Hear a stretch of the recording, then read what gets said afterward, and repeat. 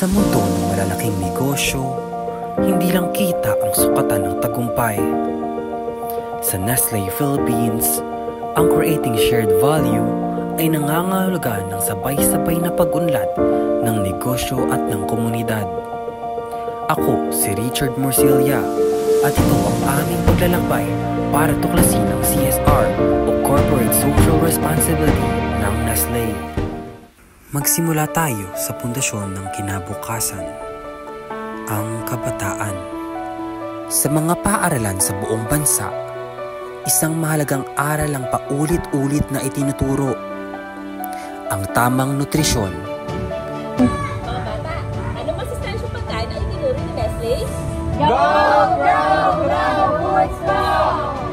And you should not skip breakfast because breakfast gives you energy to work throughout the day, and Milo gives you nutrition and vitamins and energy so that you can be energetic.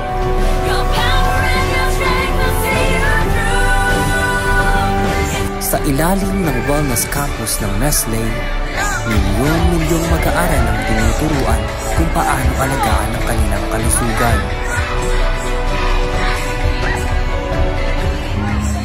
Sa tulong ng Bear Brand Laki sa Gatas, nabibigyan ng oportunidad ang mga batang kulang sa sustansya.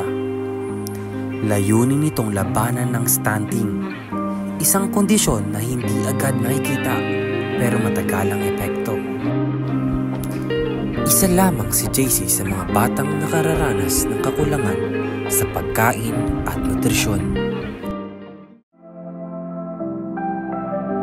At kung ang classroom ay sentro ng kaalaman, ang bukid naman ang puso ng kabuhayan.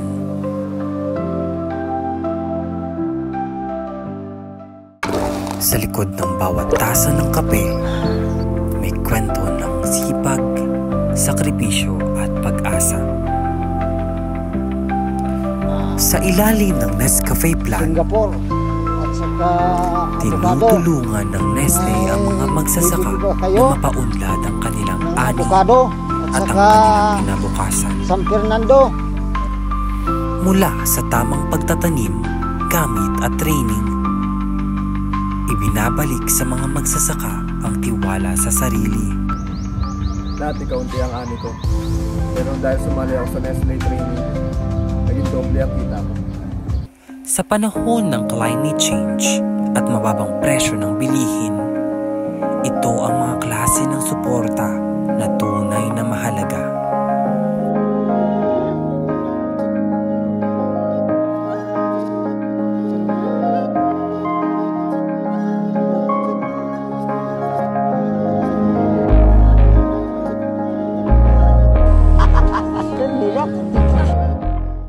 Ngunit, may isang problema na hindi agad nakikita at tahimik na sumisira. Ang plastic. Taon-taon, milyon-milyong toneladang plastic ang napupunta sa ating kapaligiran. Dagdag sa problema, karamihan sa mga ito ay hindi nagugulong, hindi nawawala, nag-iiwan ng pinsala. Kaya noong 2020, gumawa ng hakbang ang Nestle Philippines. Bilang kauna-unahang plastic neutral company sa bansa, tinutumbasan nila ang dami ng plastic na inilalabas ng dami ng kanilang nare-recycle.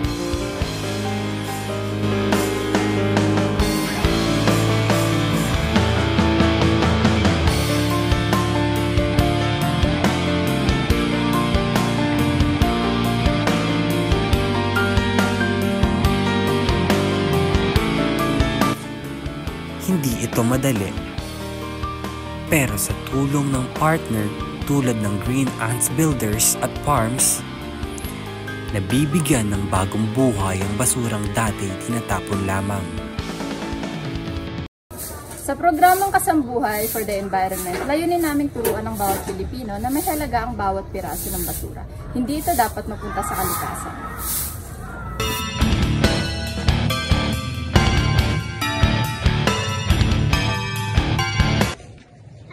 may balik sa plastic. Tinatanggap namin ang mga single-use plastic na tinatapon ng mga tao at kami ang kumukolekta nito. At pinapadala namin ito sa aming partner, ang Green Ant Builder, para gawin itong Eco Bricks at Eco Pavers.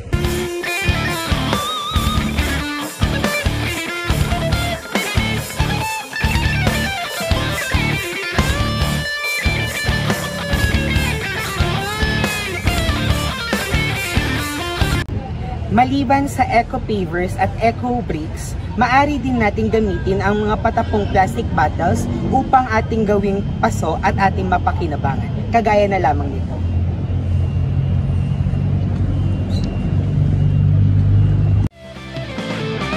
Sa pagtatapos ng dokumentaryong ito, isang bagay ang malinaw. Ang corporate social responsibility ay hindi lang obligasyon ng isang kumpanya.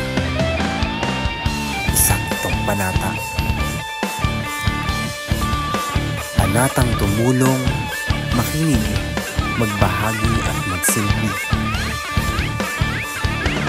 Sa bawat bote, pakete o tasa ng produkto, may kaakibat na responsibilidad. At sa Nestle, ang responsibilidad ay hindi tinatakbuhan. Ito'y pusong tinatanggap.